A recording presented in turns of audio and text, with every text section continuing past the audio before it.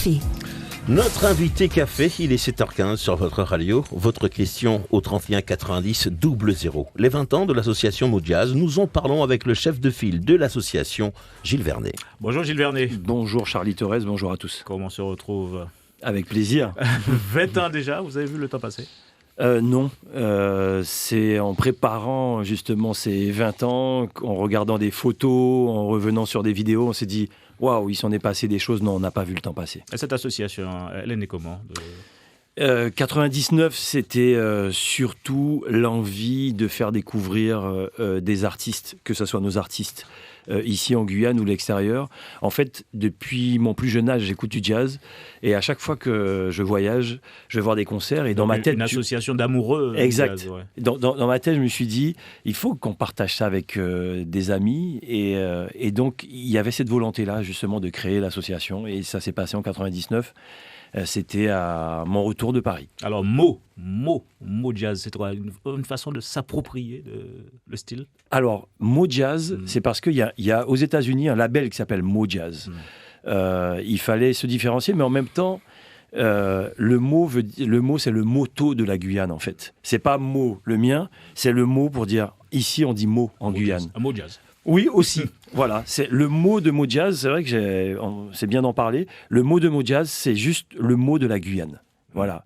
Et c'est pour faire la différence entre Mo Jazz, le label américain. Alors, on se rappelle de ces fameuses garden parties à côté des concerts, c'est toujours d'actualité ou bien... On en a fait pendant 10 ans, les garden. À un moment donné, c'était bien aussi de passer à autre chose, puisque aujourd'hui, et ça fait plaisir, il y en a qui ont repris le flambeau. Je pense à Elisabeth Lama avec Piano on the Green, ou bien Camilla Fontaine, jazz à Montravel. Ce sont des garden également. Donc, je trouve que c'est intéressant de passer à autre chose à un moment donné. Alors, Gilles Vernet, à travers votre association, vous pensez avoir véritablement œuvré pour la vulgarisation du jazz en Guyane, considéré encore comme une musique élitiste? C'était vraiment le but. Je pense que oui, parce qu'à chaque fois que j'allais voir des concerts de jazz en Guyane, c'était une grande famille, on se connaissait tous. C'était toujours les mêmes. J'ai dit, c'est pas normal. Je veux dire, il y a des stars qui arrivent et on est entre nous, c'était les mêmes. C'est pour ça qu'on a trouvé ce système de garden.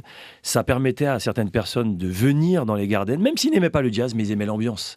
L'ambiance des gardens, ça leur permettait de découvrir des artistes, de découvrir le jazz. Et ces gens-là, maintenant, on les retrouve dans les salles comme le Zéphyr, l'Ancre ou le Prog. Et justement, qui sont-ils? Ce sont des jeunes, c'est un peu tout le monde, c'est des musiciens ou... On a ouvert le spectre. C'était vraiment le but d'ouvrir cette grande famille du jazz pour ne plus jamais entendre cette phrase « j'aime pas le jazz ». Je veux dire, quand quelqu'un me dit ça, c'est comme un défi pour moi. T'aimes pas le jazz? Ok, pas de problème. Alors j'offrais comme ça des albums, mais un jazz très accessible. Selon la génération, je savais quoi offrir. Et ces gens-là, on les retrouvait justement dans les salles demain. Et pour ne plus jamais dire ça, je veux dire, le jazz est tellement large, tellement ouvert. Vrai. Entre jazz fusion, jazz rock, latin jazz, c'est difficile de se retrouver jazz caribéen, dans ce style, non? Qui n'aime pas Mario Canonge, qui n'aime pas les jazzmen cubains également. Je sais qu'on est très attiré par la musique latine ici. Lorsqu'on approche le jazz vers cette tendance-là, les gens ne peuvent plus dire ensuite qu'ils n'aiment pas le jazz. Et ensuite, on fait découvrir les standards, bien sûr. La place du jazz dans la musique guyanaise, quelle est-elle aujourd'hui? Énorme. Elle a beaucoup... Réellement? Oui. Elle a beaucoup évolué. Merci à Denis Lapassion, merci à Éric Bonheur, merci également à Louis Caristan, tous ces gens, Robert Dédé, qui ont fait des albums. Voilà, parce qu'il faut laisser des traces également. Merci à l'inventeur du Béliot, Jamso, Bélia, avec le jazz également. Tous ceux qui ont eu une approche jazz dans leur musique, qui ont permis justement cette ouverture. Et avec une création, on peut le dire, d'un jazz amazonien aujourd'hui. Denis Lapassion emploie beaucoup ce terme depuis quelques temps. C'est ce qu'il nous avait proposé d'ailleurs au festival l'année dernière avec son groupe et un cyclette très présent avec son tambour sur une création d'un jazz amazonien. Je veux dire que la place du jazz guyanais dans le jazz en général ne peut trouver sa place que si ils ont leur propre identité. Ça sert à rien de faire ni comme les Français ou les Américains.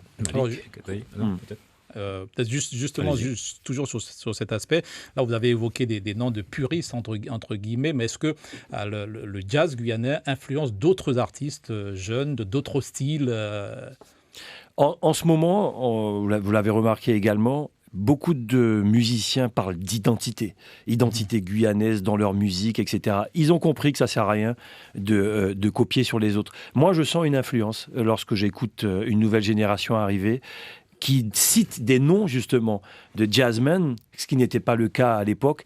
Il y a une influence. Elle n'est pas grande parce qu'il n'y a pas non plus pléthore de musiciens de jazz ici en Guyane, il faut le dire. Il y en a quelques-uns. On voit toujours les mêmes sur la scène, mais on espère avoir de jeunes musiciens qui sortent des écoles de musique pour faire du jazz aujourd'hui. Malik Kataï. L'association n'a jamais songé à organiser un grand festival de jazz en Guyane? Mojazz, c'était l'année dernière. Il y a eu notamment toute une histoire. Mojazz, c'est les Gardens pendant 10 ans, dans des villas, à faire découvrir des artistes guyanais et extérieurs également. Ensuite, nos concerts privés. Il y a eu aussi les Journées internationales du jazz. Il y a eu les Cayenne Jazz avec la mairie de Cayenne. Et puis l'année dernière, c'était le Mojazz Festival. C'était le premier festival sous notre nom. Et on était très fiers, mon cher Malik. Alors, 20 ans, c'est l'occasion, on va dire, de mettre les petits plats dans les grands avec de grosses pointures invitées pour la circonstance. Absolument, absolument. Tom Ibarra, comme un symbole qui a lui aussi 20 ans.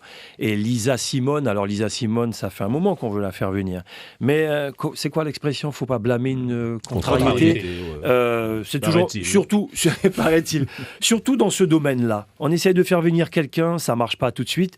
La première fois, pas disponible parce qu'elle tournait beaucoup. La deuxième fois, préparation de son nouvel album.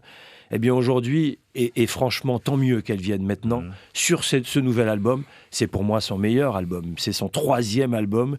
Et elle vient sur cet album-là proposer un show où elle prépare une grande tournée mondiale. Elle commence par la Guyane, ça va être quelque chose. Elle est prête. Lisa qui a su se faire un prénom. On va dire. Exactement. Ouais. Justement, cet album-là montre cette cassure-là. D'ailleurs, il y a une histoire sur cet album. Il y a un clip sur cet album où elle raconte des choses. Et si vous regardez le clip, le fameux clip Right Now, elle a sur elle une sorte d'armure.